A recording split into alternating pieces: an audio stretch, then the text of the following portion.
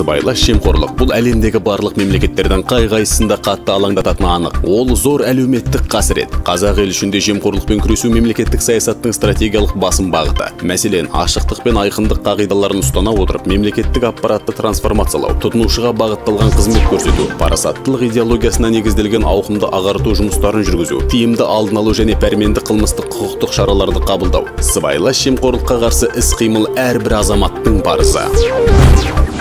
Мемлекеттік қызметкерлерге мемлекеттік функцияларды орындауға уәкілеттік берілген өзге де азаматтарға, сондай-ақ олармен теңестірілген азаматтарға, олардың отбасы мүшелеріне, мемлекеттік қызметшінің қызметтік өкілеттіктеріне байланысты қандай да бір іс-әрекет үшін сыйлық алуға тыйым салынады. Мемлекеттік функцияларды орындауға уәкілеттік берілген азаматтар және олармен теңестірілген адамдардың отбасы мүшелері, жақын туыстары, құда-жекжаттары қол астында атқаратын лауазымдарға тікелей бағынысты қызметтерді атқара алмайды. Мұндай жағдай болса, мемлекеттік қызметкер тиісті ұйымның басшылығына жазбаша хабарлама беруге міндетті.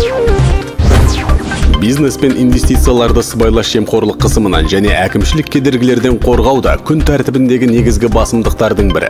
Сыбайлас жемқорлыққа қарсы іс-қимыл агенттігі 2018 жылдан бастап Protecting Business and Investments жобасын қолға алды.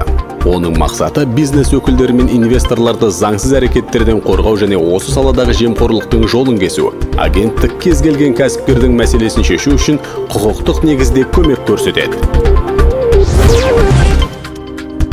Сыбайлас жемқорлыққа қарсы іс-қимыл агенттігі колл орталығының қызметі халықтың сенімін арттыруға және жемқорлықтың алдын алуға бағытталған. Егер сіз сыбайлас жемқорлыққа тап болсаңыз, дереу 1424 нөміріне қоңырау шалыңыз. Қоңырау шалу тегін және тәулігіне 24 сағат бойы жұмыс істейді.